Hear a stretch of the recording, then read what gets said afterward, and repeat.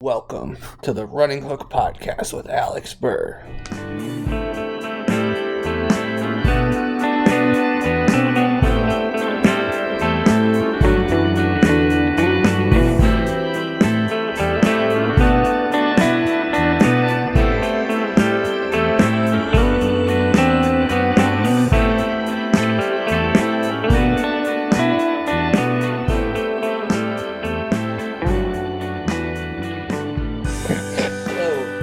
My name is Alex Burr, and this is the Running Hook Podcast. This is the first episode, and for my first guest, I'm honored to have my good friend, Caleb Lynn. Hey, what's good? I'm honored to be in the first podcast, ready to talk some hoops and get going, man. It was either you or JD, and that's just the way it was going to be. So this podcast is going to be mostly NBA. But I have other interests too. Even though the title of the podcast is a basketball pun, I still have some friends on to talk like Goodfellas or stuff like that. You never know. So, but on this one, we're gonna get real nerdy. We're gonna talk best NBA players under 23. Caleb, I'm curious to hear before we start if you have any snubs. I had some pretty notable snubs. Dude, I think I got some guys that I think are gonna be some head scratchers to some as to why they're not in. I think the biggest one for me, if I had to put a snub, is Trae Young, man. I know it's a wild one, but look, I'm a believer in two-way. And at the end of the day, if you can give me the offensive highlights, you can give me that 30, you can give me the shooting. But if you're not producing on the defensive end, there just isn't a lot for me there. And to me, when you really look at how deep the NBA is right now in terms of its youth, I mean, it's incredible. It really is. I just think there's guys that provide what I look for out of guys. And I don't know. Maybe you got something to say on that. But for me personally, I feel like my biggest snub's Trae Young. And I know I'm going to hear it later on. So I got to be ready. I felt like I had Trae low. I had him at 7. I had Trae down at 7. And you didn't even have him on the list. Was he? So I did 16 guys that I considered. My 6 that I didn't put on there. So 16 was Jonathan Isaac. Okay. 15 was Jaren Jackson Jr. 14 was Shai Gilgeous-Alexander. 13 was De'Aaron Fox. Yeah. It was Domantas Sabonis. And I think this one will get me some flack from JD. It'll be Jaylen Brown was 11. I have Brown outside. And the only reason I do is not because I don't believe. I mean, I'm one of the bigger Jaylen Brown guys there is. Okay, but I think at the end of the day, if you look at some of these guys and you look at the list, that list is not easy. It's not an easy list. I absolutely thought when I was looking through this list and putting it all together that Jaylen Brown was in my top 10 when I looked at it. And then I quickly realized, holy crap, he could be outside it. And so I think there's a lot of factors that go into it. I think Brown, me personally, I'd love to see him in the All-Star game. I personally believe he should have made it this year. But life happens. But I do believe that with the player of Brown's caliber, I mean, there's no doubt in my mind that he could become this player that we think he can be, an all-star level player, second option for a championship contender. Oh, he's been awesome, and his defense is incredible. Yeah. And I don't think I don't think Jalen should take it as a slight, seeing as this list. No doubt about it. These 16 guys are all like probably the 16 of the 40 best players in the league. Absolutely. I might even have some of them higher than that. No doubt about it. I don't think they should, you should be insulted, because I still think Jaylen Brown's probably a top 25 player in the league. Yeah. He's been that good this year. But I mean, this list is so deep. I probably have all those guys in the top 25 too. Yeah. So I mean, the list is incredibly deep, and we can get into it, man. There's a lot of debate, a lot of chatter. Let's start. Who do you have 10th? So you have him as a snub, but I'm gonna take Domantas Sabonis at 10. That's not a bad choice. Look, I think if you look at Sabonis right now, his numbers are outstanding. He gives you a great production down low on the block.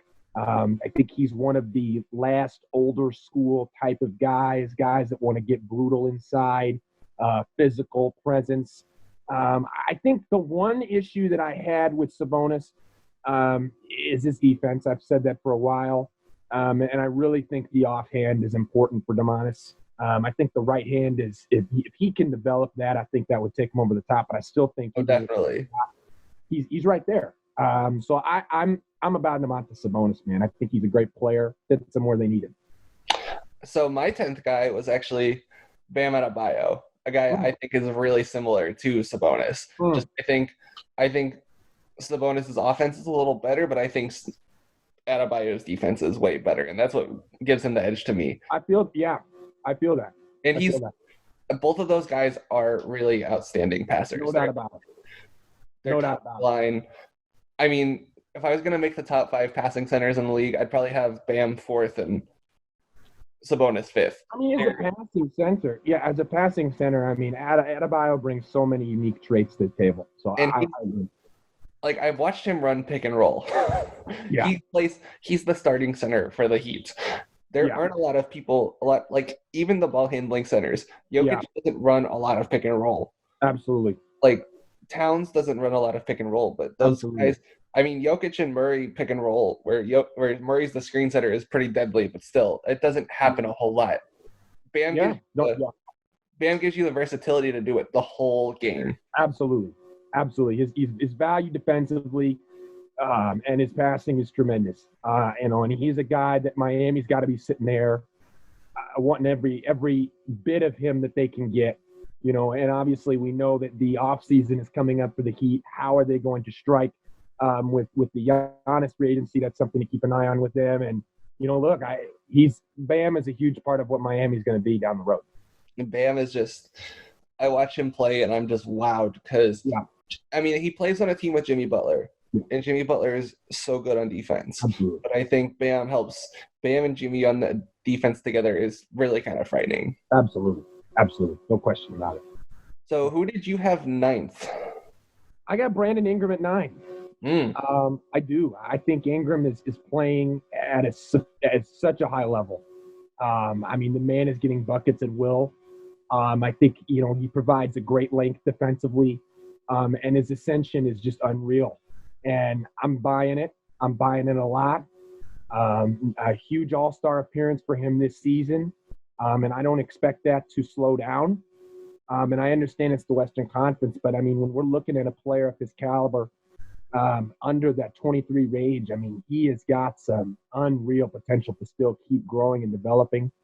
For me, I thought when I looked at the list, I'm like, I think Brandon Ingram's somewhere in my top 10, and here I am putting him at 9. So I'll just go ahead and say I have him at 6, and we'll skip over that because I'm guessing you might have some guys lower than that.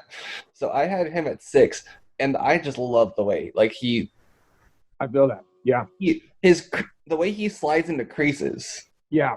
He gets to those creases that nobody else can get to. He slides through the defense. He doesn't take particularly bad shots. B, his IQ as a passer is improving. I do think that the defensive end will be a struggle for him, but also this season he's had a real high usage.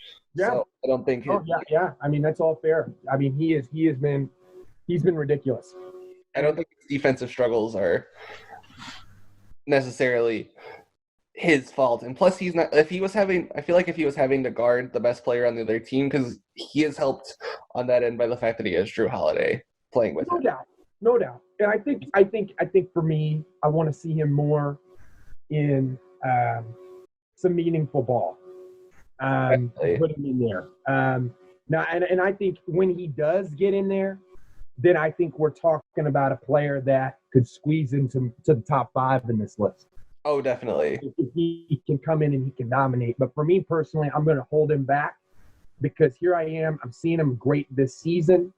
I'm seeing him be what the Lakers thought he would be now. Okay, and I think now that we're going to have to really figure out, okay, can Ingram sustain this level of success? If he does, the list will change. Ingram's a guy that will definitely be on the top part of my list. So my number 9 is actually his Pelicans teammate, Zion Williamson. I think. Listen, I'm really high on him, and I feel like I had to refrain myself from putting him top 5. Woo!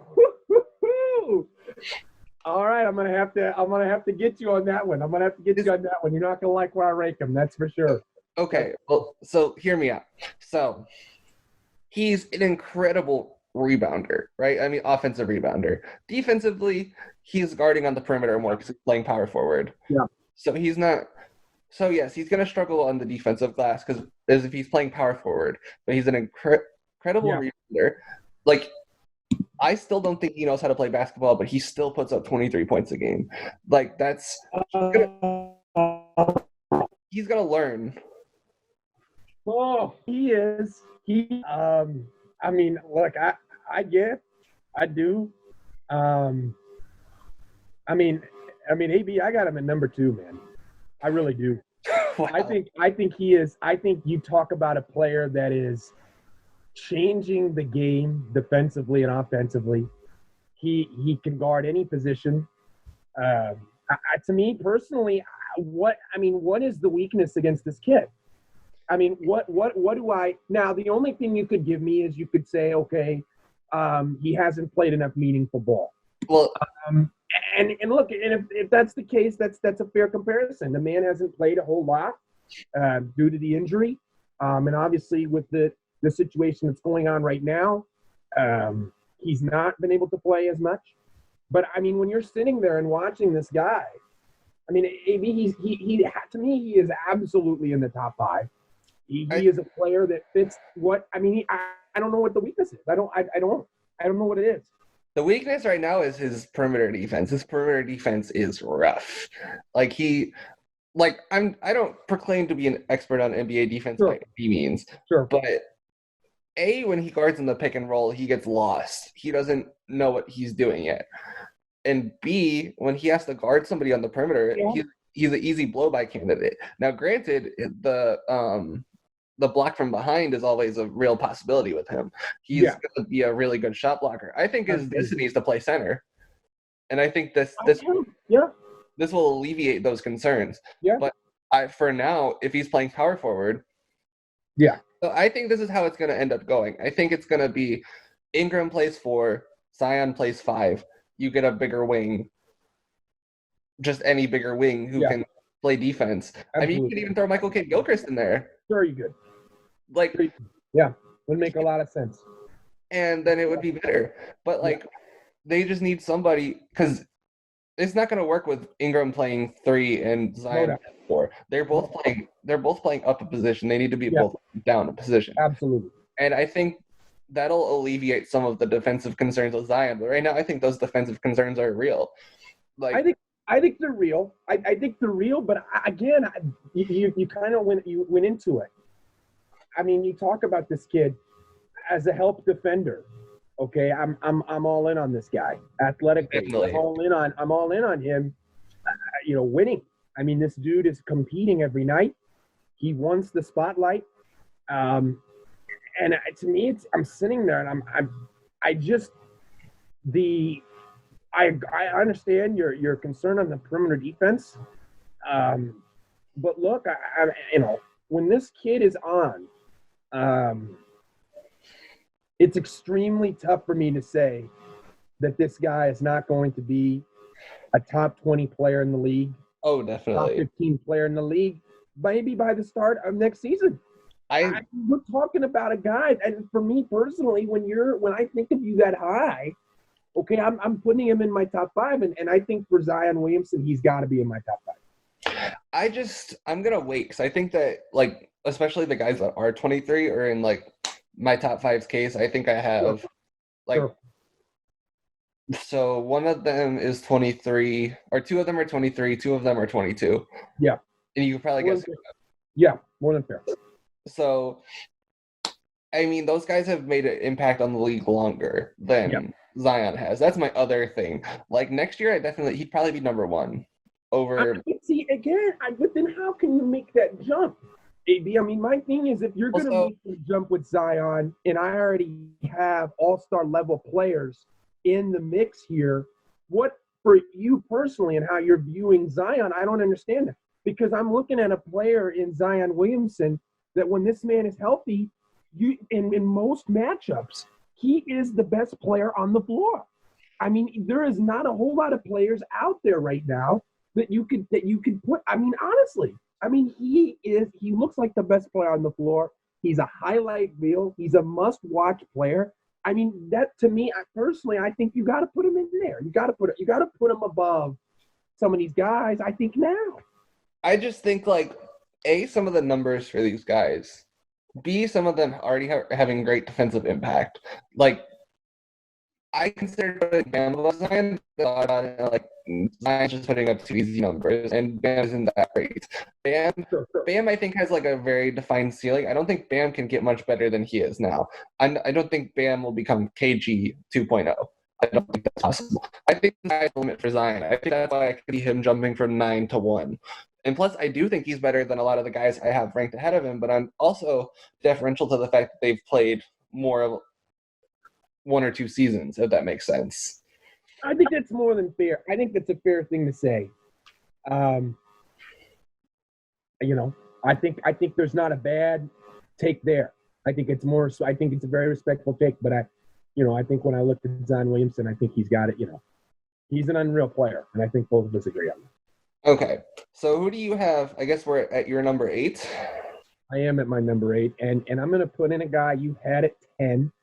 If I'm for sure, and Bam Adebayo, man. Okay. I'm going to go back to it just a little bit, touch up on why I put him there. I agree with you. The potential in him, I'm unsure. Okay, I mean he's a unique big. I understand that the comparison with Sabonis to a sense, but at the same time, like when I see this guy, I mean, I just see winning.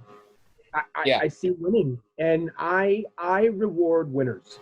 I look to reward winners, and there's some guys on this list that that I have that are going to question that logic. But then I think you have to go and look beyond the team's record. Okay, but I like what Bam is doing, and this guy defensively is unreal.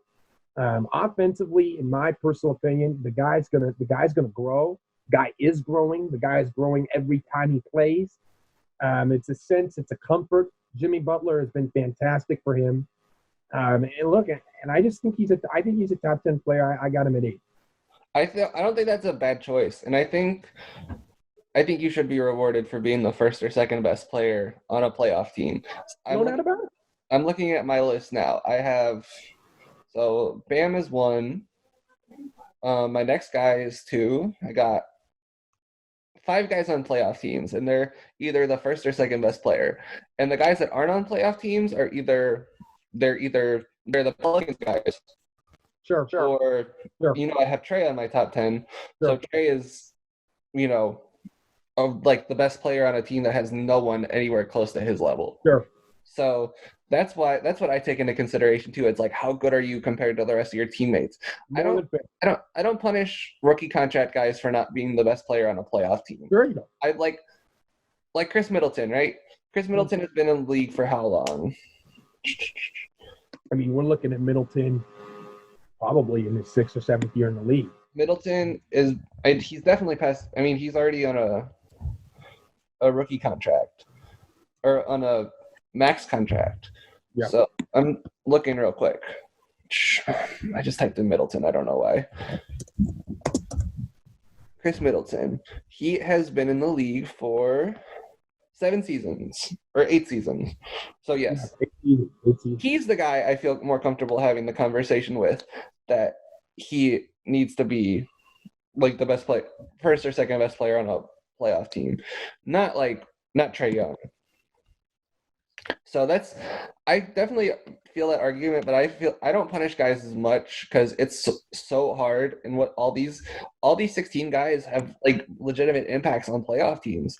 Like Isaac I think we can both agree Isaac was the worst player out of all the guys I listed for my snubs, and he was like one of the reasons that Orlando made the playoffs last year. No doubt, no doubt. But then again, I do believe that you don't create a championship structure without the people in the structure, without the players in the structure. And when I'm seeing, most of the guys that I have listed here are creating and leading a structure to try to get back in the postseason. And for me, I reward winning.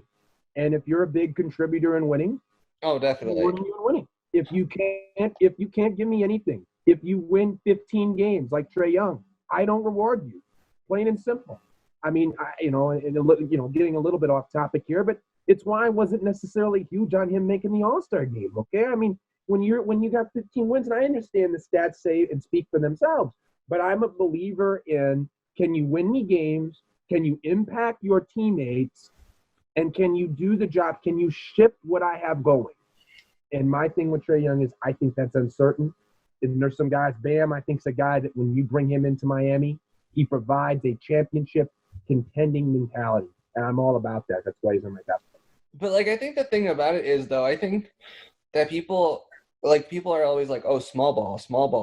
Sure. They aren't taking into effect, that these guys are bigger. No doubt about it. Steph Curry's not small. People are like, oh, Steph Curry's small. He's 6'3", 185. Yeah. Trae's what, 6 foot, $175? More than fair. Yes. It's if he puts on weights, it's weird to say that you put on weight and then you can bear more of the load, but it's true. You can put the team on your back. And I don't think it's fair to Trae that he got drafted by a team that because he's such an incredible offensive player, but there's only so much that a point guard can do. Look at the career of Chris Paul. Yeah, but I think if you're there's point guards that I have ahead of him that I did not have in my top 10, but I have him above him, and I think you can make a case that these guys could be above him. For me personally, look, I'm a huge Morant guy, okay? And, I understand it's his rookie season. But I believe his playmaking and his ability to play defense at a better level. And I'm in on the fact that I just think his skill set, to me, provides I just think it's better than Trae Young's. I just think it's better. I think Trae Young's a really good shooter. I think Trae Young can, sling the rock a little bit, but there's guys on this list that I'm sitting here and I'm like, I'm putting over Trae Young pretty easily. And I understand that the Hawks are in a tough situation as an organization, but I'm also sitting there and I'm thinking to myself, I think this is the perfect fit for Trae Young. Trae Young could not have gone to a better spot, in my personal opinion. I don't know. Atlanta needs the star. They need the star. But if he went to Dallas, dude, the way they use point guards. I see that. I see that. The way they use point guards, I'm not saying they're definitely better with Luka. Don't get that twisted. Yeah, sure. I don't think they're a lottery team if they draft Trae Young. I don't think. If the Mavs draft Trae Young. Yes, they're not gonna draft Trae Young because Rick Carlisle and Trae Young would butt heads before Trae Young got there. Yeah. But it's not I could throw. See, the thing with Rick Carlisle is that. So this comparison between Luka and Trae is never gonna stop. It's not. It's never, ever gonna stop. No, I feel so bad for Trae because, Luka got really drafted into a perfect situation. He got drafted with Powell, right? Yeah. Powell on the team, Kleber. Yeah. I mean, they traded for DeLon Wright. They signed Seth Curry. They've done a lot of really good moves. I mean, Justin Jackson was a really good move, which is crazy. I didn't think Justin Jackson. I didn't think I'd ever say that about him. They turned Tim Hardaway into a guy, he's still flaky, but not as. But they're valuable though. They're valuable with Doncic. And they robbed the Knicks in that Kristaps trade. Yeah, they did. It's not even close. They got rid of Dennis Smith. I don't think Dennis Smith is a good player. I think okay. I think it's the Knicks. I think the Knicks are a terrible organization and they make players terrible. But no, I and what I said about Trae, I mean, look what happened with Dennis Smith and the Mavs. It wasn't going to work. Yeah. Yeah, and I think that's a good point of conversation. But my thing with Trey is I really believe that Atlanta has lacked any big star in basketball since Dominique Wilkins. that's true. And I think Dallas, with all due respect, I like Mark Cuban. Okay, I do. But Mark Cuban doesn't like to bring in the splashy charisma. He wants guys that are about the team, about the organization. Doesn't mean that he's not about some individual, a player of talent. But Atlanta needs the guy that's gonna take their franchise to another level outside of basketball. Buy into the culture of Atlanta as a city, Definitely. and I think Trey does that better than Doncic ever would have. And I think because of that, I think Trae Young's in the best spot that he could be in as a player. My hope is that, depending on if they try to bring back Lloyd Pierce, depending if they try to adjust some of their roster for next season, that they can try to convince Trae to get better. And I know he's working on the defensive end. I mean, I've been watching some stuff. I know he's looking at the defensive end as something that he can improve on. And I think if you're Atlanta and you're sitting there, and if you can get Trae Young defensively to improve, he's a great player. I just think defensively he's so bad. If he could be Steve Nash defensively, like that's all they need from him. Steve Nash was bad, but Steve Nash was better than this. They need, and to me, the other thing I think Capella's huge for them. Yeah. And I think another bloated, I think that the assists that Trae Young has doesn't necessarily measure what he's doing. What I mean by that is Trae Young is averaging double-digit assists a game. But I do believe that Trae Young is averaging double-digit assists a game because he's having the ball 85% of the time. The man is not to me, I want to see Trae Young with more of a discipline off the ball to impact the game, where I can see the Kevin Huerters, the John Collins, the Clint Capellas, players like that coming in and starting the ball. I think Trae Young getting these, I don't know. Maybe it's because I don't know, but I want Trae Young to be better off the ball as well. I'm looking up Trae Young on Cleaning the Glass right now. I'm going to see what his usage rate is. What do you think? Over, under 40 for his usage rate?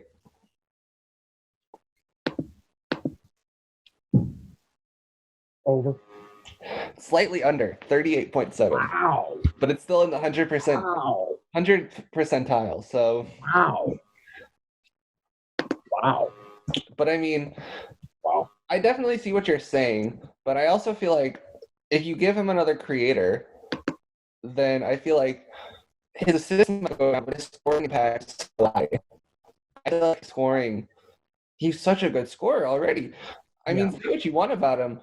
When he put up 49 on the Pacers had no shot. No. And the Pacers are good against, I mean, I guess they did give up 44 to Kemba, but other than that, can you think of any times this year that they gave up a whole lot to his point guard? Not like that, and I would argue not as easy as Trae Young. Trae Young was. I mean, so I guess we can just skip over him when we get to him because I have him at 7. Mm-hmm. But when he got switched, he was forcing Sabonis to switch on to him. Yeah. And we were both talking Sabonis' defense, especially on the perimeter, isn't great. I mean, Sabonis isn't bad by any means. I know. If you're going to have a Pacers big switch out onto the perimeter, you'd rather have Turner. That's just Yep. Speaking of Turner would have made my list, or he would have been honorable mention, but he turned 24 3 days ago. Yeah, I know. I was looking at that. Turner would have been around that list for me as well. He would have. He's been killing it lately, but I think Trae is just so explosive, and I think if you give him, because I think the way they're constructing the team now, and if Reddish has been playing real well, that's a big factor for them. And that's the thing. Wings have the longest learning curve. Yeah. If you notice, the wings that I have near the top, they didn't really break until this year. But once they figure it out, it's pretty much figured out. Sure. So I think that once Reddish and Hunter figure it out, they don't even have to be popping like Brandon Ingram. Sure. But They just need to, once his wings figure it out, then it'll be over. I think the Hawks will maybe be a playoff team. I can understand why they're taking the slow approach. I really can, but I think when you have a guy as good as Trae Young this early, I'd like to see what the playoff caliber team. But the thing with that is, with all due respect to that, there's an ability to rebuild. There's an ability to rebuild, but at the same time, bring in players that contribute veteran-like play. Veteran, in terms of the way they go about their job, the way that they go about their craft. And I think, Vince Carter, my understanding is he's out of the league. He's going to retire. But they need players like Vince Carter who can ball in their rotation. They need like one or two guys in their rotation to ball like that, to give them this, hey, you know what it takes to get to the playoffs and not be, 15 wins a season? Okay, this is how it is. Because I think the Hawks need that. I think the Hawks have a lot of great young talent, and that's fantastic. But you got to have some experience to go along with it. The underrated key to the Grizzlies' first half of the season was Jay Crowder. Yeah. Jay Crowder was really good for them. What you were saying about veterans who can actually play. Sure. Like, Vince Carter can play. Vince Carter shouldn't be playing. If he was on a playoff, not at all. He Tracy no offense to Vince Carter. Yeah. And so I think it's interesting to see. I want to see them bring in. I don't know if they could get Jay Crowder, but Jay Crowder would be a good get for them. Someone who's rugged. Yeah, and I don't know if they need to go out and get the caliber. I would honestly argue it doesn't hurt to get it from a veteran backup point guard. Definitely. Let's try to convince a player like Darren Collison on a nice contract to get out of retirement and show him how a veteran plays ball. I mean, give a guy. If a veteran can come in there and play effectively for Atlanta, I just think that makes a world of a difference. I've been how should I say this? Because the Hawks traded for Jeff Teague. Sure they did. I haven't always held Jeff Teague in high esteem. Well, and I think it's what they want Teague to be. And I'm trying to figure, I don't know if he can do that right now. I don't know. But I think he can provide some of that stability, some of that leadership. But I can't figure out how long that's going to be able to sustain. Because I think I saw some crazy number where it was like the Hawks were actually I think their point differential was even when Trae was on the floor. And their point differential when he was off the floor was like minus 16 or something like that. Yeah. It's kind of like, you remember last offseason or last postseason when Joel Embiid sat and they brought in Kyle O'Quinn? Yeah. Their backup center, and the team just tanked. Yeah. Which they tried to combat with Al Horford this year, and it totally failed. It failed. They're miserable. I mean, but I think it's interesting to see how the Hawks build around Trae. That's a big factor. I think of a higher upside for Trae. I think my opinion of Trae's upside is probably higher than your opinion. Yeah, I mean, I don't. I think his upside is extremely. I'm also one of those people that I'm a person that firmly believes it's very possible the man could get all-stars all day long, but can he win a playoff series? I think that's a fascinating discussion. Now, I understand that that's about building team, but in a situation where he's going to get a nice contract, I'm looking for a bucket, I'm down 5 seconds left in the game. I don't know. That question, I don't know. I think he has all the potential in the world to do that. But there's a ton of players in the league that have that potential. So I'm not about the potential. I'm about, can he do it? I'm not certain of that yet.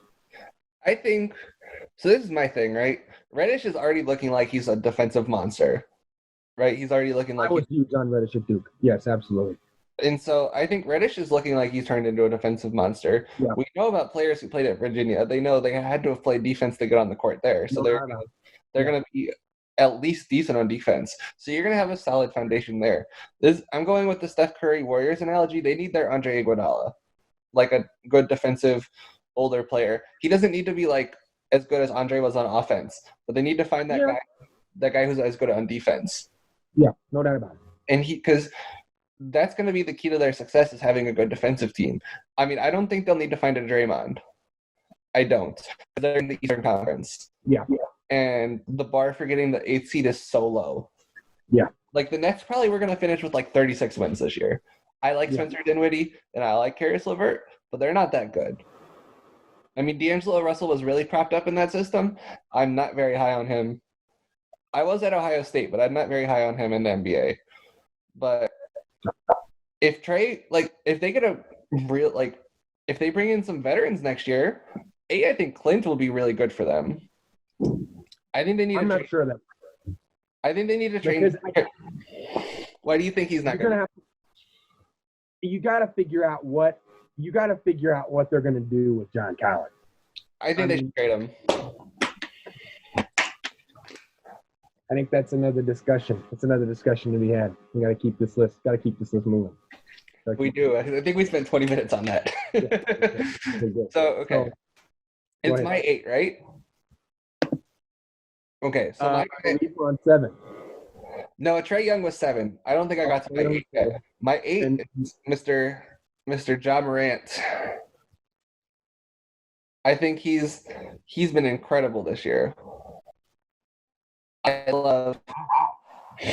And I don't think I can't put him above Trae just because Trae's like I know we just had the discussion about 30 and 9 and the inflated numbers, but Ja to me, he plays with such like a pace that numbers can't identify. Like you can't quantify pace. Like you can't quantify controlling the tempo. No, you can't. But he does it so well. Like he can play fast, but he can also play in the half court. Look, I don't have him on my 10. Okay, and I don't blame you. For me, I think I get the logic. He's an amazing playmaker, and I agree. You can't teach pace. You can't teach control the way that he has it. And I think I don't think it's crazy to have him in there. I think the thing with him that I'm worried about, and it's similar to Trae, but I really believe it's more important for Ja than it is for Trae, and that's his ability to get in the weight room.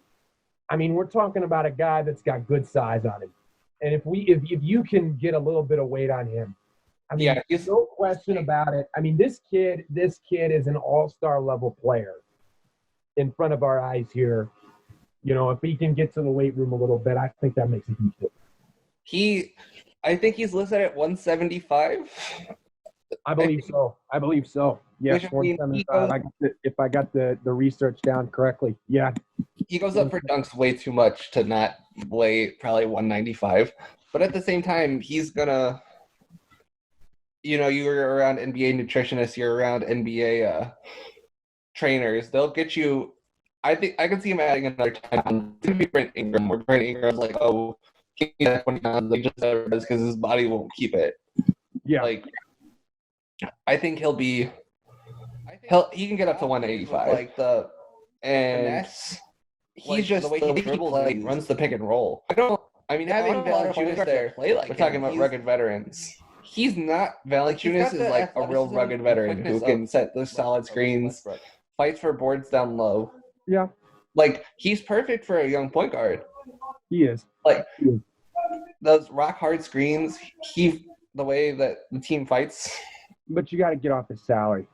I mean, you like if you're the Grizz here, I mean my take with Memphis, they've got some players. I personally believe they should be looking into the market for like a solid 2-guard. I'm of the belief you can go for a nice roster construction with Jaren at the 5, Clark at the 4. I like Brooks at the 3. I like Moran at the 1. And a player that I think is sneaky good, and I'm not saying he's ever going to be an all-star, he's ever going to be a phenomenal player for them, but like an Evan Fournier is that's a target for me that I think makes a lot of sense for Memphis. His shooting ability, he gives you about an average defense, but you don't need great defense. You don't need great defense. You need a guy who can give you some really good 2-guard minutes. And I think you got to get off this Valanciunas contract, which I believe they do. It's on a 1-year deal. And if you can find a way to target a shooter like that, target a guy that can do a little bit more than just shoot. Fournier can give me a little bit more. He gives me that. Jaren Jackson is like by far their best shooter, and I think he's at 38%. And I'm not right, and that's not. I don't like Jaren Jackson being my top 3-point shooter. He's a really good shooter, but I also can understand you need a guy who's actually like because I want Jaren Jackson to inside too. I don't want him just shooting threes. Yeah. Okay, I'm on Jaren Jackson cleaning the glass page. And my thing with Jaren was a guy that I really dug deep on. You know, what the kid's got a ton of potential, and Ja's only going to give him that growth. He's only going to add to what that potential already was. You know how many of Jaren's shots have been threes? It's a lot. No clue. 45%. And he is shooting 40% from 3. And to to me personally, he can shoot the ball from the 3 effectively. But I mean, AB, once again, we're talking about a player with good size. 6'11", 242, good strength, good muscle, physical. Okay, I mean, I'm buying into. I don't get the full. I need to shoot a bunch of threes. You got players who can come in and cut, and I think Jaren doesn't have to necessarily shoot threes to spread out. Right? I'm a big Clark guy. I'm a big Brandon Clark guy. I like Brandon Clark around the rim. I like him around 6 feet, 8 feet near the basket. When you can pull out Jackson to hit that baseline, that high 2-pointer, a little bit corner 3, and you get the spacing right, Memphis is a really good team. But I don't like Jaren being the guy that has to sit up there and launch 3. To me, it's not getting Jaren a little bit more closer to the paint and adding in another guy to have Jaren play the 5 could make a significant difference with the Memphis Grizzlies as we look at next season. Definitely. I think and plus Justice Winslow too. No doubt about it. But I think if you can find a way to knock in that shooter, because I like Winslow a lot. My only worry with Winslow is he ever a starter on Memphis? I think he starts at 3, but I think if you have a 6-man rotation that's Fournier, Morant, I'm obviously going out of position, but Morant, Fournier, Winslow, Clark, Jackson, Brooks. That's a hell of a group right there. No, I agree. Those 6 guys. I mean, Brooks is your worst player, and I love Brooks. I think he's really good. And I see your logic. I do. I see something. I think the only thing that would be hard for Memphis to do is move Brooks to the bench. Oh, definitely. I think Winslow, I personally believe Winslow is a unique enough talent where you can start it. It can work. But I also believe Winslow is a player you can put right on the bench and he still does his damn. Yeah, and he's a player that works in any type of minutes. Good 6-man, who was a backup point guard and small forward. Absolutely. Having those guys is huge. It's like what people thought. This is my thing about Justice Winslow. Yeah. When he's healthy, because that doesn't happen very often. When he's healthy, Justice Winslow is what people thought Evan Turner was. People were I think he's better defensively than Turner was, but yeah. He's better. Turner, the only thing I'd give Evan Turner is his passing, and give Winslow time because Winslow's 23. And I think offensively, Turner knew how to get his buckets. But I think it doesn't. I think your point's dead on though, because the thing you're thinking, at least from what I'm understanding, Turner's a bigger guard. He's a 6'8", 6'9" guard with elite level passing and decent defense. to move around. That was the hope that Evan Turner was giving to teams out of college.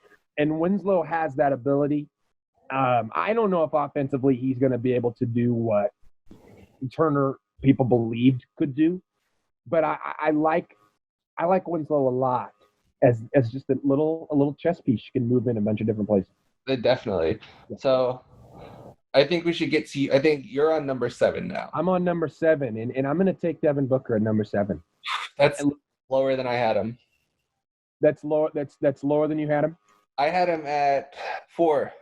You had him at 4. Look, I think when it comes to Devin Booker, it's hard situation, man. Phoenix is depressing. It's depressing for me to talk about Phoenix. I mean, it's one of those things where I'm like, I think Booker is such a creative offensive scorer, and I think Monty Williams has a decent idea of what he's doing. I do. He's gonna have to tell me what he's doing with the big man rotation. He's gonna have to tell me about that. He's gonna have to, the stretch where he had DeAndre Ayton sit. I mean, come on now. I mean, come on. Don't put him on don't put your number 1 pick on the bench. I mean, I understand that he isn't what Luka Doncic or Trae Young is, but I mean, DeAndre Ayton is a phenomenal basketball player, and I think you and I are in agreement on that. I mean, he is a player that he can do some damage. And for me, like, I think they got a nice little duo there. I think the Rubio pickup was a lot of money, but I know why they did it. Mm-hmm. I think that they had a good thinking there. It was good mindset there. I'm personally worried about what they're going to do at the power forward spot. Yeah. My thing with Phoenix is I like Phoenix. I think their backcourt's set for a long time. Definitely. But I think the 3 spot, I think it's a very debatable spot because my thing is you can do a lot of things. If you're Phoenix, you could say we're going to move Saric to the bench, and we're going to put Oubre at the 4, and we're going to put Bridges at the 3, which gives me more length, versatility, athleticism, and defense. Definitely. Does it give me or you keep it? But the hardest part for me is, I mean, I think the Aaron Baines off-season pickup. This is an NBA nerd thing we're getting into right here. Aaron Baines undoubtedly was one of the best pickups in the NBA. No joke. I mean, because what he's allowed Phoenix to do is not have that pressure of DeAndre Ayton, you got to go get 20 and 15 every night. Definitely. So he gives you that shooting. I mean, there's a reason that they started him over DeAndre Ayton. He just gives you consistency. And I think if you let go of that, I think they're in a really interesting spot. But I think they got a lot of creative moves that they can make. And I think the position that I'd like to see them try to figure out a little more creativity with is power forward. But I'd like to hear your thoughts on that. So, okay, this is my thoughts on. So I'll do Booker first, then Phoenix. Yeah. I think Booker's offense is just insane. It's unbelievable. I mean, we underrate it. I think his offensive ability. I mean, last year he was forced to be a creator, right? Like, because last year was the year they didn't have any point guards, right? And if I'm not mistaken, the 2019 season, I don't think he had any point guards. Yeah. So this is what he did last season: 26.6 points a game, almost 7 assists. I mean, his 3-point percentage was awful, but it's an outlier because he shot less than 33%. I mean, yeah. And then this year, he's bumped his 3-point percentage back up. Yeah. On just like one fewer attempt a game, his 3-point percentage is at 36. Incredible. He's averaging 26 points a game. Yep. 6.6 assists. Yeah. He's shooting 91% from the free throw line. Yeah. He's shooting almost 50% from the field on 18 shot attempts. Yeah. His offensive game, I mean, it's weird because when you watch him, he doesn't really stand out, which is kind of weird to say about a guy that's almost 27 in the game. Yeah. But he controls it. Like, I know what you're going at. Yeah, I know where you're going. I know where you're going. He's not flashy, but I think he could be the second best player on a championship team, and you wouldn't. If he was your second best player on a team, you're doing really good. Yes. I mean, him being the best player on the team, the Suns aren't really that bad. No, they're not. They're not. But again, they lack. Again, I think there's creativity. They just need another really guy. figure out. And they're in the Western Conference. That's the other big issue. They need another guy that can play. They don't have. I mean, I think you and I both probably. I mean, they've got. I think the other thing they really need. I think they've got. I think they are desperate in depth. That's they play 7 guys when they're healthy. That's a big thing. That's a big thing for Phoenix. I mean, when you look at the guys that are playing in their rotation, okay, I mean, I like Bridges. I like Booker. I like Saric. I like Oubre. I like that group of players. Okay, but then you're looking into the backup guards, and I mean, come on, man. I mean, I'm not. Elliot Kobo and Javon Carter isn't going to do good. I mean, come on. I mean, really? Javon Carter's, he's okay, but he's not. I don't think Javon Carter sucks. I think Javon Carter is a mediocre guard in the Western Conference. I think Javon Carter, and that may even be overrating him. I'm not crazy on Carter, and I don't think he's a bad player. I'm just not crazy on him, and I think there's a spot to improve. I think the Suns are better than the Magic. I think the Kings are better than the Magic this year. They're because the Magic's been hurt the whole year. And the Magic have been nothing to cry home about this year. I think that if you put them in the East, both of those teams are both guaranteed 8 seeds. Like, they might even be 7th with the way the Nets have been after Kyrie got hurt. I'd give you that. They're like I like Orlando. I think, but you and I both like Orlando, but the reason I'd give you that AB is because they have the best player on the floor. There's to me, if you think of it that way, they have the best player on the floor. I'm a big believer in Orlando's depth that they got going right now. If you put the Suns in the East, Devin Booker is one of the best guards in the East. Yeah, I mean, Kyrie's better. I think I'd rather have Devin Booker than Kemba. I think I'd rather have. It's close. Even if you don't agree, I knew you might not agree with that, but I think I'd rather have Devin Booker just because of the size. Like that's fair, but I'm not. I think Kemba's one of the best leaders in the league, plain and simple. It's shown in his tenure in Boston. So, but I get the logic. I don't want to get off our list. And then I just think that the bottom of the West is so much strong. Like. Because East 1 through 6 is about as strong as West 1 through 6, but then 7 through 13 for the West. Third of the West, the Eastern 7-8's not great. Well, and even if you go through the West, the Kings aren't that bad. The Kings got a really bad start. They're actually look on paper, they're not bad. I think my thing with Sacramento, shout out to my man Zach Griffith. Check them out at the Sports Editor Campus Citizen website. Look, I think with the two of us were high on Sacramento last season, particularly around the postseason time. Fox, Bagley. My thing with the Kings is I don't think they know their roles. Plain and simple. They got a lot of young players who believe they deserve 20 points a game. Breaking news. There's only 1 or 2 guys on your team that deserve 20 points a game. And I think if you're the Kings, I think you have to create a structure of people knowing what they're doing. And I think the front office has failed miserably in that. And I think if you I think for me personally, the start of the whole kryptonite was when you signed Barnes to the mega deal. And then I think when you pay him that much, and I think Barnes is a good player. It's not anything I have against Harrison Barnes. But what does that do for you if you're Sacramento? You're providing veteran stability when you have Bogdanovich sitting there waiting to play as a starter. And then the problem is, okay, you're going to have Fox and Bagley on rookie contracts, which is awesome. That's incredible. It's exactly what you're looking for.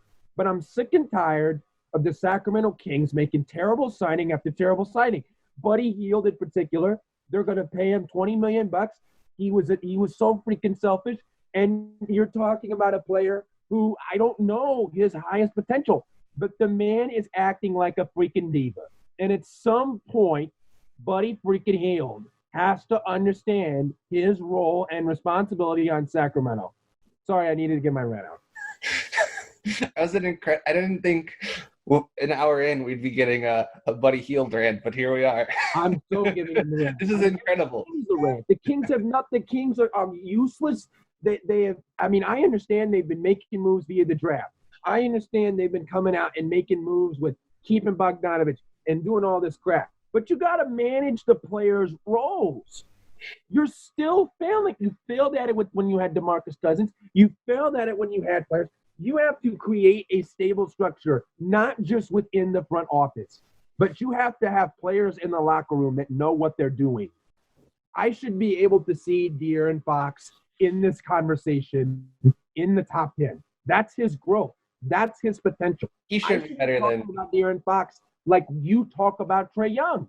I should be talking about him in that retrospect. He's a good defender. He's a good passer. He's a good playmaker. He is a decent shot. I mean, it's not a Trae Young quality, okay, but he can shoot, all right? And I want to see some structure and stability. The talent level is there, but you got to get divas like Buddy Hield, divas like Bloody Divac off.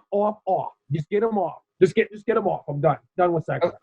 Also, I think Sacramento's biggest thing last year was they had Dave Yeager, and the problem is, what you're saying is that Dave Yeager himself is kind of a diva. Yeah. And he got himself fired, and they replaced him with Luke Walton, who is a considerably worse basketball coach. I think we can both agree based on what's happened this year. I mean, So there's another rant I want to give real quick. My thing with the Sacramento Kings, once again, you got to understand that you need – Luke Walton is a coach that fits the young mentality that you got going down there, that you're brewing up there, okay? But David Yeager, I understand that the system schematically, it wasn't where it wanted. It wasn't Yeager. But I respected Yeager because Yeager decided to change his system and personnel up in the second half of the season and say, look, we're going to go faster. We're going to use De'Aaron Fox's speed. We're going to be able to kick it out to our shooters. We're going to set up Marvin Bagley to be a great rim roller. We got Harry Drop. List goes on of good players in the Kings. But here I am once again saying they need veteran stability. Bring in a veteran freaking coach. And I'm telling you, this team, when they get a veteran coach, they are going to be a lot better than they are. They need a coach who's willing to pick the pace up a little bit. They need a coach that is going to understand and provide some sort of clue of who is doing what at some point. And it's like you look at their team, Bogdanovich, really good. Really good. Hield, he was really good last year. De'Aaron Fox, really good. Marvin Bagley when he's healthy, which is not a lot. But the thing going into the Kings roster is I agree with you on all of those points. But the problem is they screwed themselves with paying Hield and Barnes that much combined money. The opportunity for the Kings to do anything, AB, is now.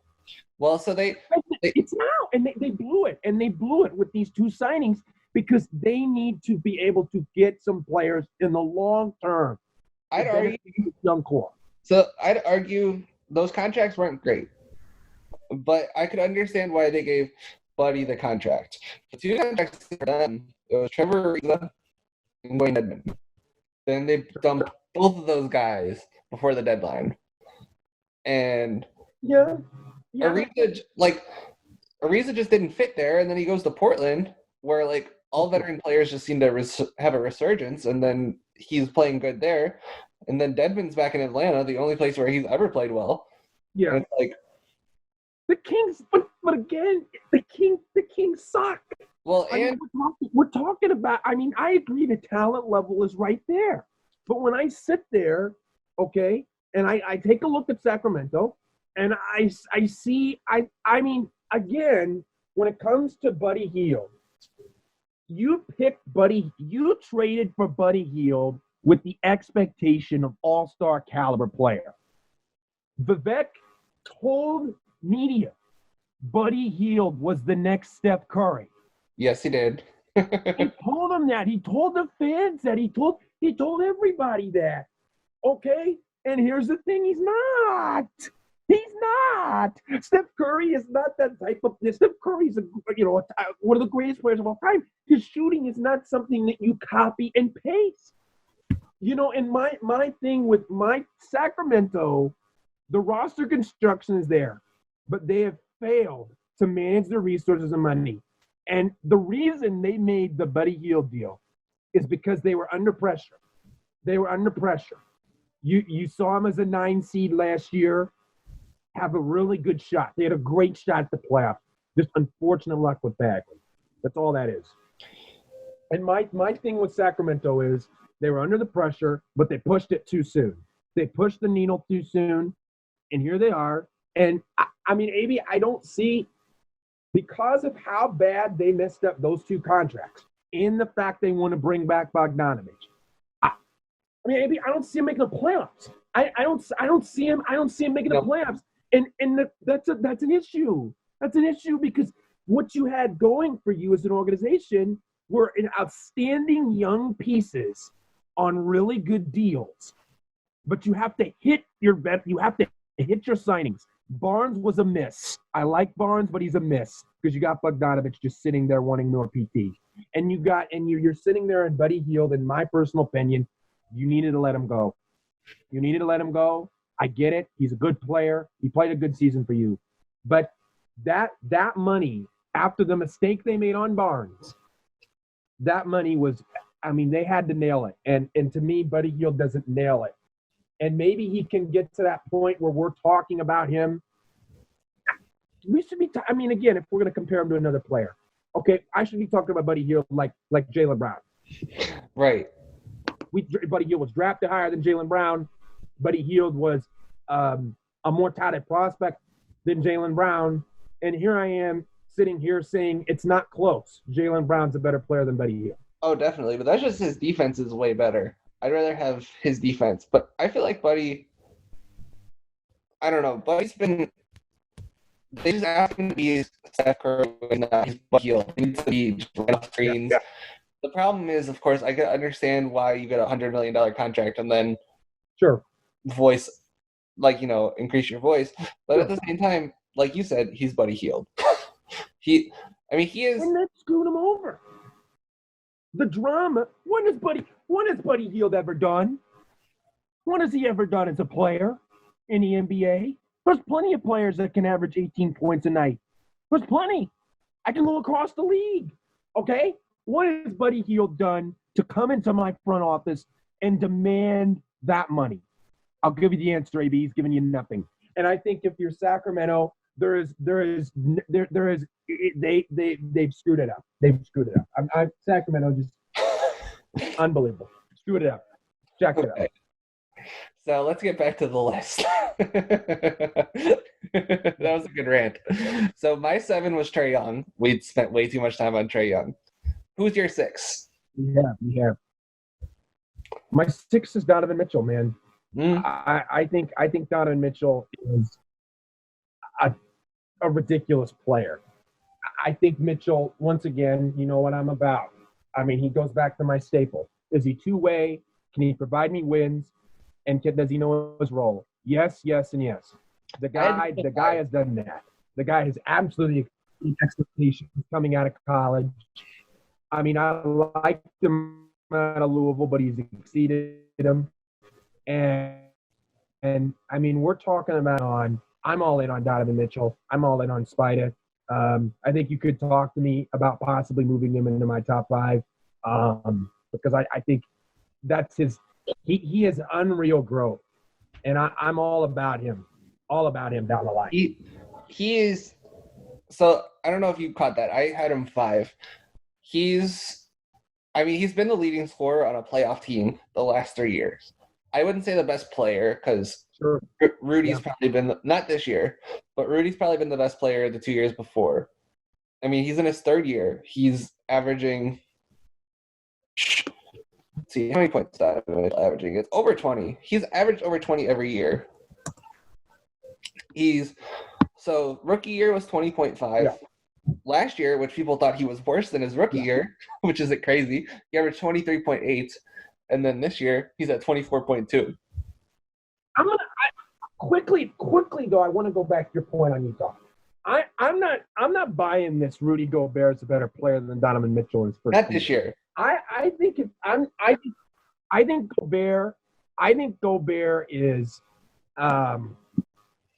look, I'm a big Gobert guy. I think he's vastly underrated. I don't think the league and I would argue our generation, even though our generation doesn't have too much say on what knows what. Obviously, we're in college, or some of us in our generation could be balling the pros, but you know what I mean.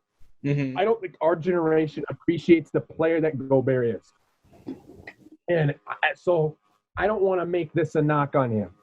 But the fact is, in the NBA, it to me, when you look at Mitchell gives you so much. I mean, I don't think there's a role that Mitchell can't give you. I think Mitchell gives you good perimeter defense. I think Mitchell gives you I think he gives you underrated playmaking. I want to point that out. I think he gives you underrated playmaking. And I think he gives you and I think there's a reason they moved on from Rubio because of that. And I think that when you have Mitchell being a player, when he's aggressive, AB, there's not a lot of players, not a lot of guards out there that I'm taking over him. If I'm starting a franchise, okay. I mean, there just isn't. And to me, he's a better. To me, he's such a great talent, and I like Utah. I like Utah a lot, and a big reason of why I like Utah is because of Donovan Mitchell. Man, there's not a lot. Quinn Snyder's done a fantastic job, undoubtedly a top 5 coach in the NBA, in my opinion. And when you look at Donovan Mitchell, you look at the Jazz. Honestly, it's a story of guys just the Jazz buying low, Jazz knowing how to develop, and they're coming in. They're a top 5 team in the Western Conference. They compete their butts off all day, and that's a credit to the entire organization. So I'm just gonna go through the guys we've talked about so far. Yeah. So Jaren Jackson, Jonathan Isaac, both ladder top however picks. Yep. Gilgeous Alexander, 11th. Sabonis, 11th. Yep. Adebayo was 13th. Or I think Adebayo was 13th or 14th. I believe so. Zion, Ja, Trey, Ingram were all top 5. Yep. Mitchell was 13. Booker was 13. Yep. And so, you look at those guys, it shows that where you really are drafted doesn't matter. I mean, granted, none of these guys haven't been picked outside the lottery, but also the one guy I consider, because I looked, this is a little late for transparency, but I looked at drafts to determine who I was going to look at, right? Yeah. And so I was looking at 2016, and I was scrolling down. I'm like, oh, Pascal Siakam. He's not under 23, is he? Yeah. Nope, can't use him. Because Pascal Siakam is probably the 2016 draft is really top-heavy in terms of the best players. And then no doubt about it. Falls off after that. So I considered him, but I'm like, no, not really. And so that there are guys later in the draft that are younger, I say, because Siakam's 25 and in his 4th season. Yeah. But guys that are younger that you can find that are diamonds in the rough, but won't appear on lists like this usually, because by the time they break out, 24, 25. Yeah. Brogdon is 27. He was drafted in 2016. Pretty insane. So the 2016 draft actually was pretty good now that I think about it. Yeah. But you just never can tell. No, you can't. How many years in advance. Yeah. And so I don't know what we were talking about before, if I'm being honest with you. No, we were getting into Mitchell. You were getting into Mitchell right. At 6. Position. And it's 6 on. Mitchell. Okay, so I had Mitchell at 5. We already talked about Ingram, my 6th guy. So who's your 5? Karl Anthony Towns. Karl Anthony Towns is number 5. Look, I think Karl Anthony Towns is a big. I just think his skill set is honestly it's remarkable. His size, his shooting is ridiculous. I think offensively the man is just he's so gifted, and I think he's where he can go offensively is just through the roof. I understand the slight concerns of the defense. And I think he's going to really – I think this season is a really hard season for the Timberwolves. I just think it's a hard season. I don't think anything that they had was locked in. I don't think – I mean, honestly, I don't even know if a player on that team was untouchable, to be completely honest with you. And that includes Cat. And so I think if you're Minnesota – I think next season you're going in with more of a firm foundation of who you are, right? I got D'Angelo Russell in a trade, all right? That's a good piece, right? I got Jared Culver in a trade, and that's a skeptical player, but, I mean, I drafted him like he's top 5. He better be freaking good. If I'm Minnesota, that's my mindset right now. I got a Kogi who I think is a really nice defender. He can give me some good shots. I really think that there's pieces there for Minnesota. I really want to see Cat, though. I think it used to be a really interesting debate between Embiid and Cat and other centers in the league. I don't even think it's close anymore, AB. I don't even think it's close anymore. And the reason it's not close is because guys are taking it. Just Karl Anthony Towns plays basketball like it's his hobby. Karl Anthony Towns plays like I play NBA 2K. He plays casual. He plays it feels like from when you watch him, there's just there's little interest. It just seems like there's little interest in, I'm trying to build a championship team. I'm leading. I'm going to get this W right here, right now. You give me the ball, 2 minutes left, I'm taking over the game. I think Karl Anthony Towns has to be able to do that. I think that is on. I'm putting him on the clock. He has got to be able to give me that at some point. He's too talented of a player to not, if you're Minnesota, to just, you need him to just demand the ball. I mean, when we talk about Karl Anthony Towns offensively, is there any center, AB, any center in the league that you're taking above Karl Anthony Towns as an offensive force? Any? No. And that's what I'm saying. But I think Karl Anthony Towns doesn't play like he believes in that. He doesn't play like he cares, okay, about any of that crap. He is one of the, and I don't know if Jimmy Butler is right on this, but he just seems a little casual. And I'm putting him on the clock. If he wants to win. All right, but I'm sick and tired of seeing players of that caliber not go for W's, not go for titles, not look to try to be the best version of themselves and for the team. Karl Anthony Towns, to me, is 100%. He's never done it. And at some point, we could be talking about Karl Anthony Towns like he's the best player under 23, but he's not. And at the end of the day, that's on Karl Anthony Towns for not being demanding of what his talents are. I'd like to hear your thoughts. So I'm just going to go ahead and say I totally forgot about Karl Anthony Towns. He wasn't on my list. I'd probably have him top. I'd probably bump everybody down one, but we're already too far in. So I think he's probably, out of all the guys we have listed, and we're probably going to list, because I could probably guess who your top 4 are. Yeah, he's definitely the best offensive player. Like, there's no one who's better on offense. I think it's pretty tough to disagree with that. He's one of the top 3 offensive weapons in the league. I think that's tough to disagree with you. I agree. I would kind of disagree with what you were saying, because I understand the crux of it. But my contention is that Timberwolves team is flaming trash. Like, it is. But my worst. Yeah, go ahead. So, and I'm just going to go back to cleaning the glass, because I found really good information, because, their defense is terrible, right? Yeah. And so, if you go look at their lineups, right, on cleaning the glass, if they played with their regular starting, like if they played, so it was Jared Culver at the point guard, which Jared Culver's not a point guard, Andrew Wiggins at the 2, Travion Graham at the 3, Covington at the 4, Karl Anthony Towns at the 5.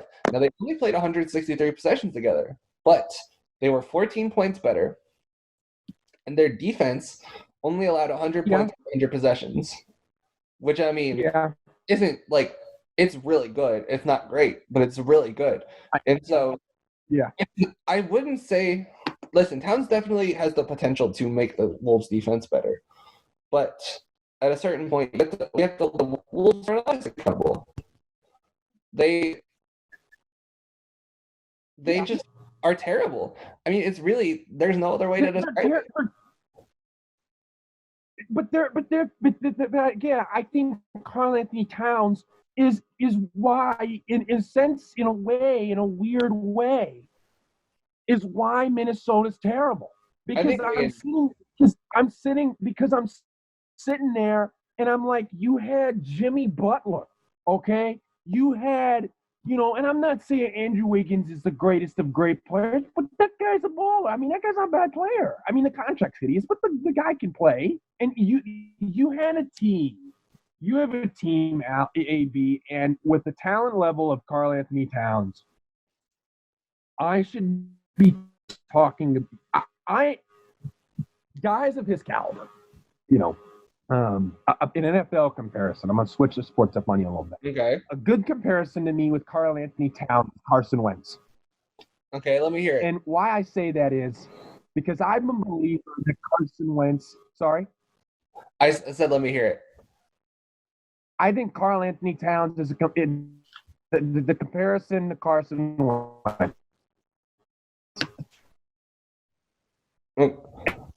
And why I say that is because I think expectations are high. They're super high. Karl Anthony Towns' expectations are super high. And I set Karl Anthony Towns at a very high bar, just like I do with Carson Wentz. And I think Carson Wentz had the potential to be a guy that we would be talking about as a top 8 to top 10 quarterback in the NFL. I think Karl Anthony Towns has the potential to be a top 10 NBA player. And my thing with Karl Anthony Towns is when you have a player of that caliber, when you can be a player of that caliber, when you have top players make people better. Top players should make people better. Karl Anthony Towns makes himself better. He doesn't make other players better. And my thing, and so while I agree with you that I think that the roster is okay, it's not great. The coaching, I'm not huge on Saunders. I'm just not. And if you look at Minnesota, I think a lot of it's on him. I think there's a lot of underlying factors that goes and that somehow syncs with Karl Anthony Towns in some way, shape, or form. I don't think I agree. I think so. I could cede all of those to you, except making people better. Offense, he makes like defense. He doesn't make everyone better. I will agree. The pieces around the center is kind of problematic, but on offense, you just turn on any Timberwolves games that he plays. They have to guard him on the perimeter. He's left great.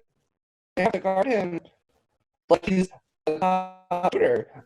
And that opens up a big man who can dribble past the close. He gets so many shots with the Wolves. The Wolves are like one of the best. I have to imagine he gets them so many open looks. I have him as the second best passing center in the league. I think he's a great passer. What? Sorry? Karl Anthony Towns, second best passer in the league. But where does he help you? Where does he help? And when you add a player like D'Angelo Russell, maybe I'm going to stay firm on what I think, but I'm curious. I mean, when you got a player like D'Angelo Russell who can go get his, and you got Karl Anthony Towns, to me, we should be talking about Minnesota in better light. And I think a lot of that's got to do with Cap. But again, I think offensively he is where he is. But I think he gets his. I don't think he and I think I just think he gets his numbers. And to be quite frank, I think the passing numbers don't indicate what he's really doing. But I feel like sometimes it can be boiled down to one simple question for centers: who's the best point guard they ever played with? Who's the best point guard that played with? Rubio? Yeah. You could even take it a step further. I love Jimmy Butler. He's not a top flight distributor. He can get assists, but he's not he gets Russell Westbrook assists. He doesn't get off the pick and roll. Jimmy's better at swinging than Westbrook, but he's not actually like gonna go out and run 25 pick and rolls and get 7 assists out of that. He's gonna get his 7 assists through high usage. And so I just think that Towns needs a better point guard. I think the argument I'd have to that is where they're going to get it, and I think that the other thing with Minnesota is if you look at what Cat can, I mean, and I think you really have to have a guy that's pass first, or you might even have to have a guy, to be quite honest with you, you know, when you have Russell, I don't know if they see him more as a point guard or a 2 guard. I mean, my take is I think they'd like for him to go get his own. They want him and Cat to go be aggressive, to look for their shot selection, and I think that's a great duo. I think they need I think they need a guy off the ball point guard who can stroke it. I think so to go back to that point, I don't think getting a point guard like, and again, I don't know the type of point guard that you could see who fits what Karl-Anthony Towns needs at this point. Because I think a lot of it really has to do with, I think some of it's got to do with coaching. But I also really believe that Karl-Anthony Towns, I agree his usage rate is huge. But at some point, you've got I think they've got a really nice roster around him in terms of slashers, cutters, you know, people that can really make some athletic plays. And I think he's got to put more trust into that and not I don't know. I'm a belief he plays very casual. I think he's got a chance to be, so my expectations of him are really high. I don't know. I hold him to a high standard. Okay. So this is going to be my last thing on the Towns thing. Denver's never going to let him go, but a point guard like Monte Morris would be perfect. Denver would never let him go. Yeah. I mean, I see that. I know where you're going though. But Denver, I think he's got another year on his contract, and I think you need defense though. But I feel like a guy like Monte Morris would unlock everything about Cat, but that's just my opinion. It's going to happen. So at least not for another 2 years. I think he fits the nucleus, but I don't think Morris gives me the defense. I think if you could get I think you need a vet. I think you got youngsters. I think you need a vet. I don't know. I mean, I wish I could think of his contract right now off the top of my head, but a player that really sticks out to me is IUPUI alum George Hill. And I think the reason I think that is because George Hill can handle the ball, but George Hill knows what he's doing off the ball. He can give me some threes. He could give me veteran stability defensively. He mentors D'Angelo Russell. That's the type of player they need, in my opinion. Give them some veteran stability, and I'm talking guys that understand the roles, that can create a structure of hard work. And I'm a belief that I also think Taj Gibson was a big loss for Minnesota. Oh, definitely. When you look at what he could do for Cat. But, you know, continue with that. Okay. So that was number 5 for you, right? Yeah. Okay. So I had Mitchell at 5. We already talked about Mitchell. Who do you have at 4? I got Ben Simmons at 4. I think, look, when we're talking about Ben Simmons, I think we're talking about an elite defender. I think we're talking about a player that, regardless if he has a shot, top 20, top 25 in the league. Definitely. You could argue higher. And I think with Simmons, he is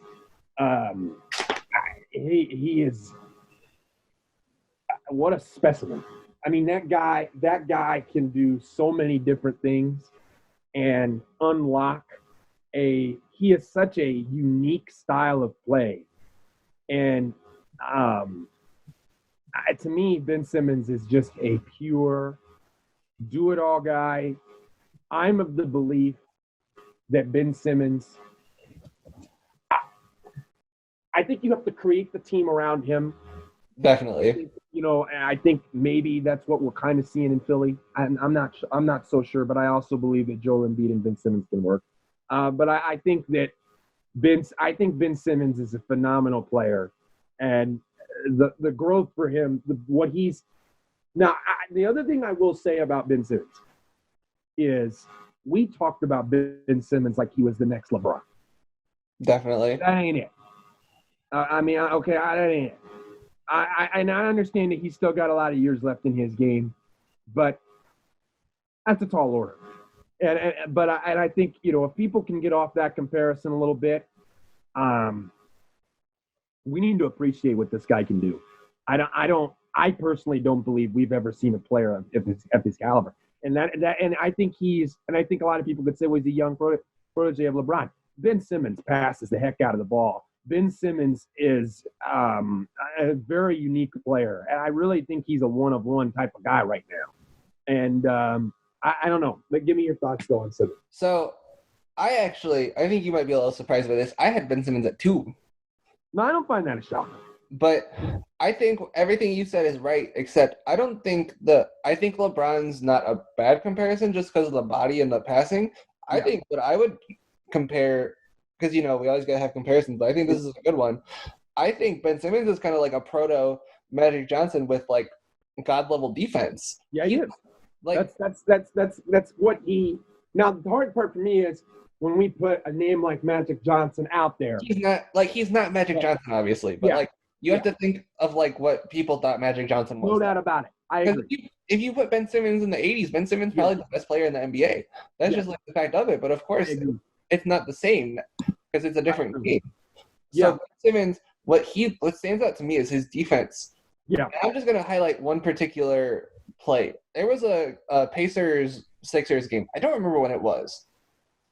But the Pacers tried to, they had him guarding the inbounder. And he just wouldn't let them get the ball inbounds. Yeah. It was end of game. I think the score ended up being 117-116. And Simmons' length, that's his defensive tenacity. Yeah. With his rebounding and his passing. He's, to me, I know the shooting struggles are an issue. And I don't think he'll ever be able to shoot. But I think the problem is that him and Embiid mix about as well as vinegar and oil. Where they sit on top of the other. And it's they don't mix.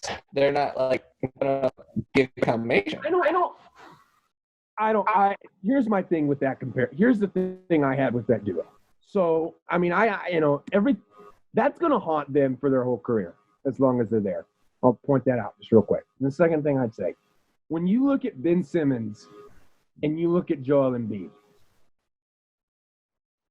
as an organization, isn't it your job when you draft to have this problem?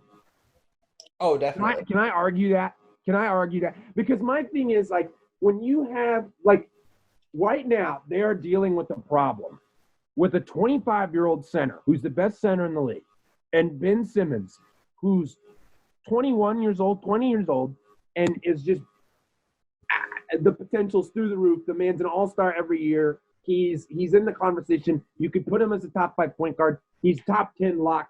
I mean, the guy is insane. The guy is ridiculous. And with Simmons, I sit there and I'm like, and when it comes to both of them, I really believe, and I don't like going back to this because it's always the knock on Simmons. But he needs to shoot. Period.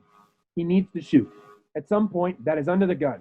You've got to, when you have a player like Embiid, you want him around the block.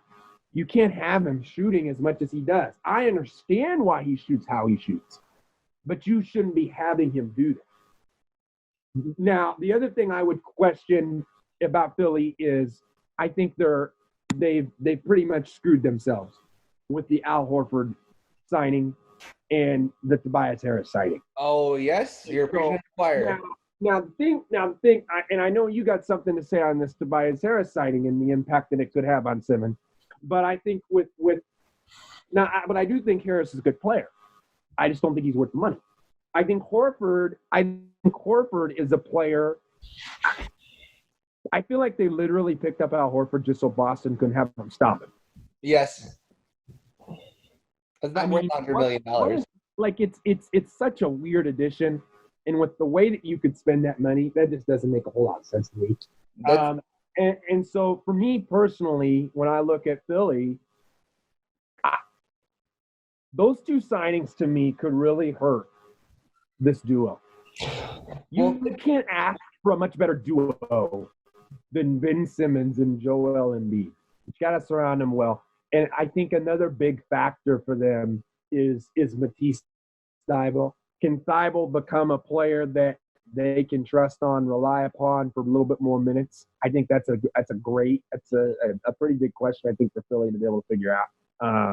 But I don't know. Philly has done a lot to make Simmons' job a lot harder. Oh, yes, which is insane. I think so. Okay, so first, I have two hypotheses that can't be tested.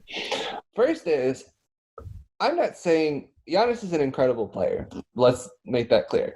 But I think if you put Ben Simmons on Milwaukee, they're not that much worse. They're not better. They're not. I agree. But I think Milwaukee is perfectly suited for Giannis's talents. And he's the team like that.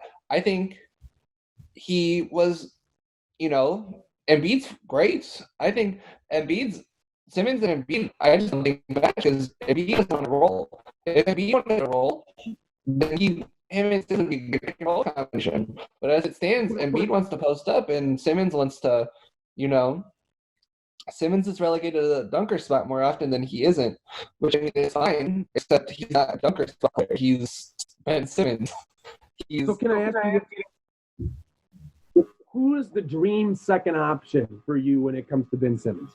Is Ben Simmons a number one option on a championship contender? Well, the dream second option for any player. Who's the star that goes with Ben Simmons and sinks him?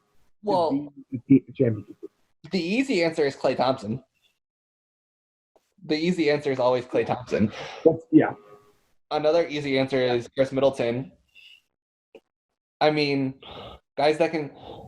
For me, what I would probably want someone more to create off the dribble.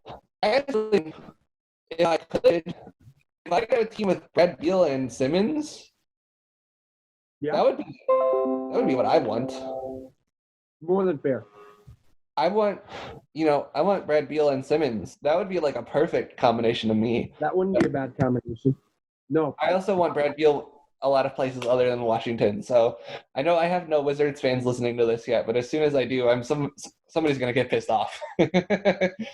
Well, I think with Beal and Simmons, that would be a great combination. I'm of the belief, though, that Ben Simmons can play with any star he wants. Oh, I think. And so that's where I think, to me, I think at some point you've got to, he just needs to expand the range. And if he expands the range into a high mid-range, a high mid-range jump shot, I think that's good enough. Okay, so wait. So what do you think about him playing small ball center, though? I think he can play center. No, I agree. He weighs more than most centers. For you going forward. Who weighs more, him or Miles Turner? No. I think Miles Turner, I think they might have him listed a little heavier than Ben Simmons, but I think Ben Simmons looks stockier than Miles Turner.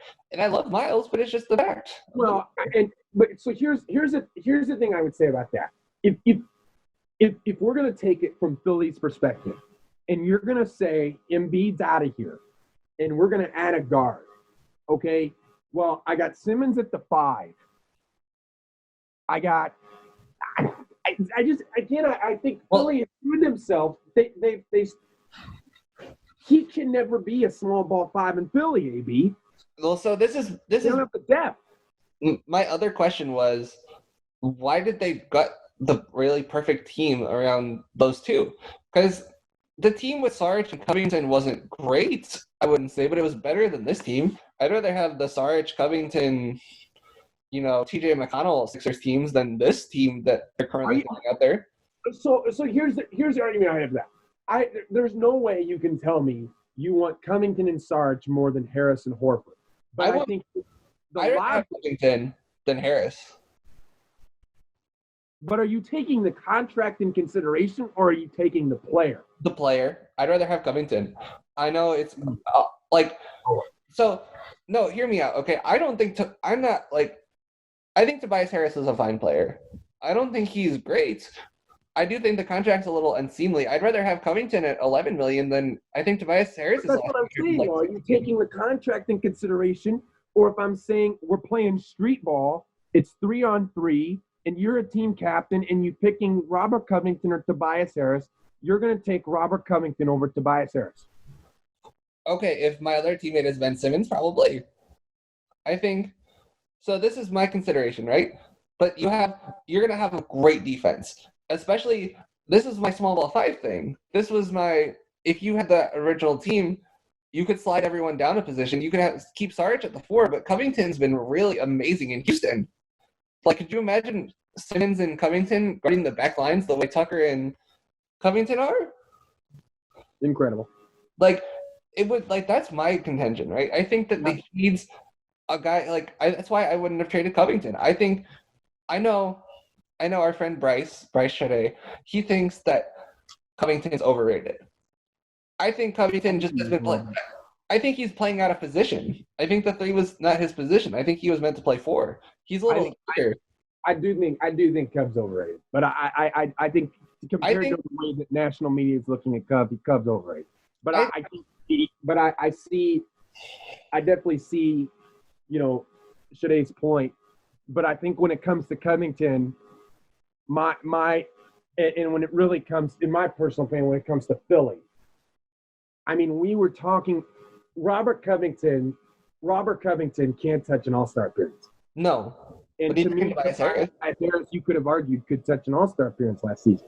And my thing with Tobias Harris is the growth and the potential of Harris is significant compared to Covington. Well, it's significant. I mean, Harris is younger than Cov. Harris gives you. Now, I think Covington gives you more. I agree with you 100% that Covington gives you more defense, and particularly elite defense. But I really,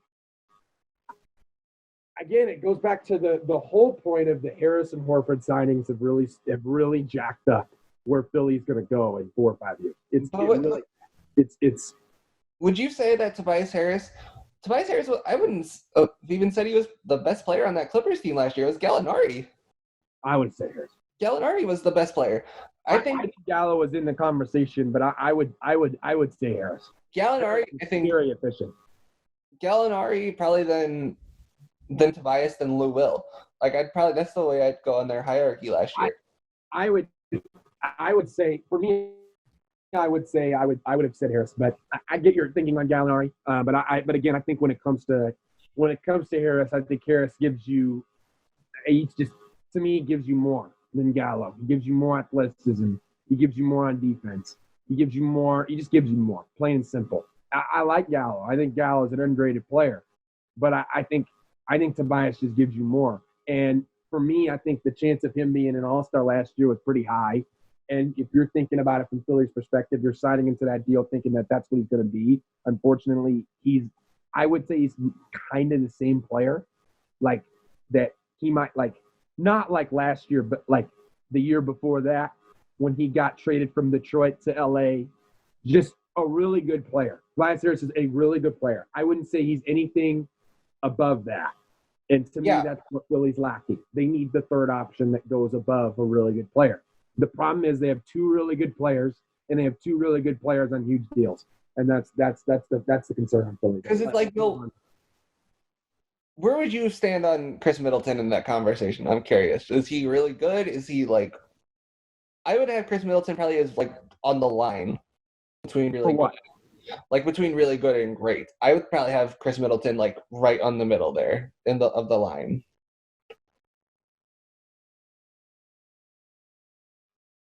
I think it's a great question. I think Chris Middleton. Now, are you meaning for just in general as an individual player? Just in general. I think he's closer. I would agree he's right in the middle of really good and great. He's just right in the middle. The one issue that I have with Middleton that I think is an issue for Milwaukee going forward. And one of the reasons why I understand that they were historically ridiculous before this coronavirus happened. I understand that Milwaukee was heading to a pace that was ridiculous. But I firmly believe Chris Middleton won't be able to take over games like a lot of second options can, and like a lot of second options can on other teams in the league. And at some point, so for me, that's where that line draws. Because in my opinion, when we're talking about great, I put great as a broader term because in my opinion, there's elite after great. So I would have elite, and then I would have great. Right. Really good. And I think Middleton is on the crease of I think great is you're a second option go-to guy. My first option isn't there. Oh shoot, at least I got you. You can do what I need. I firmly believe Middleton can't do that. And so I think he's a benefit of the Budenholzer system. And I think and that's not saying, and when I say that, I feel like sometimes that can come off as a knock. By no means I'm trying to come at that as a knock because I think Middleton's an all-star level player wherever he goes. But I think that when it comes to Middleton, I think Middleton is performing the best that he can perform. I think it's the perfect system for him. And it shows. It shows in his game. It expands in his game. Definitely. Okay, back to the list. Yeah. I think we're on number 3 now, and I'm guessing we have the same number 3. What do you got here? Okay, wait. So I don't think my number 4 is Booker because I think we just did your 4. My number 3 is Jason Tatum. That's the same for me, man. Okay, I figured. And then So what do you like about Tatum? Oh, what do I like about Tatum? About this month before the coronavirus. How about that? I mean, this man was. I mean, I don't know what. I mean, he was creating some major damage before this whole unfortunate situation happened. I mean, we were talking about Jason Tatum. I mean, we could talk about Jason Tatum like he was the best player on this list. Yeah. I mean, that's how good he was looking.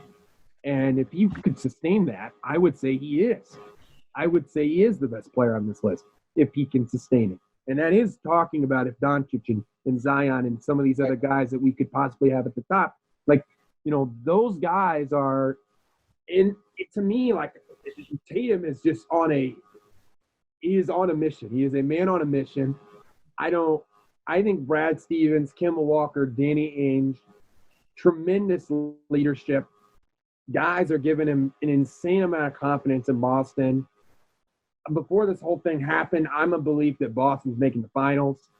I mean, you're talking about a team that I was just super high on, and one of the reasons I was super high on was Jason Tatum. And then when Jason Tatum was taking up to another level in that month, that only made me grow in confidence because I'm like, if he is the number one option, Kemba Walker is the second option. Jaylen Brown is the third option. Oh, wait, we'll get like a 3-time All-Star coming in as our fourth option. Like, to me, they're just the depth that they have for buckets and in defense with buckets is insane.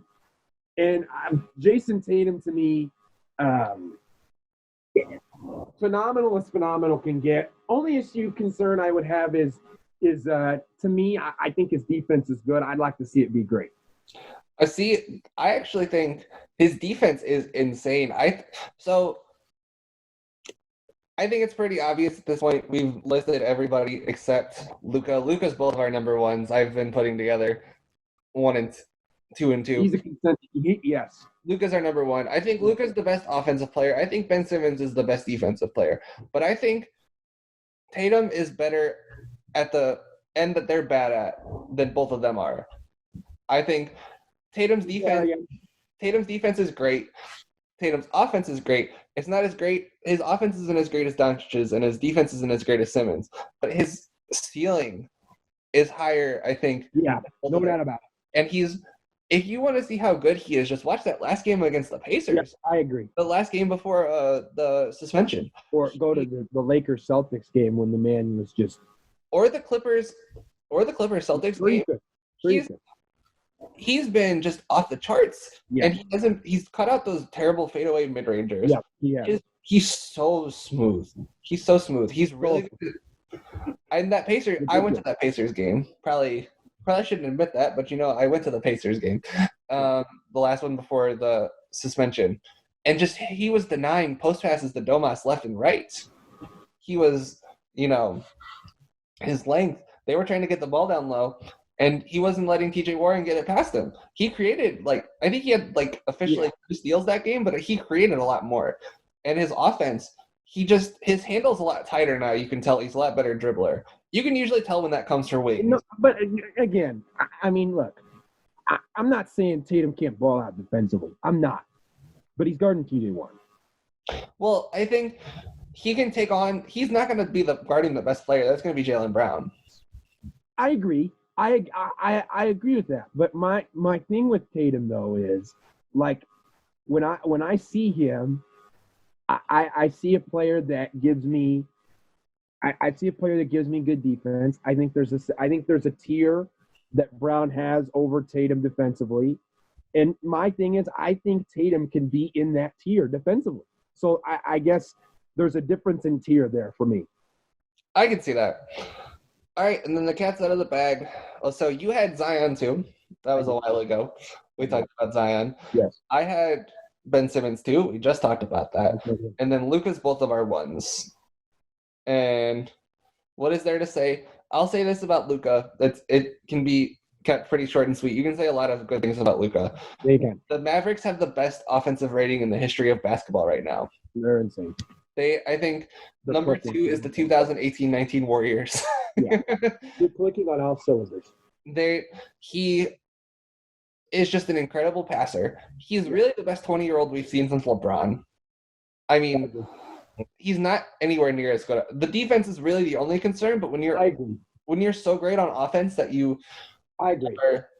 I mean, he's not even bad on defense. It's not like he's He's not, but it needs to get there.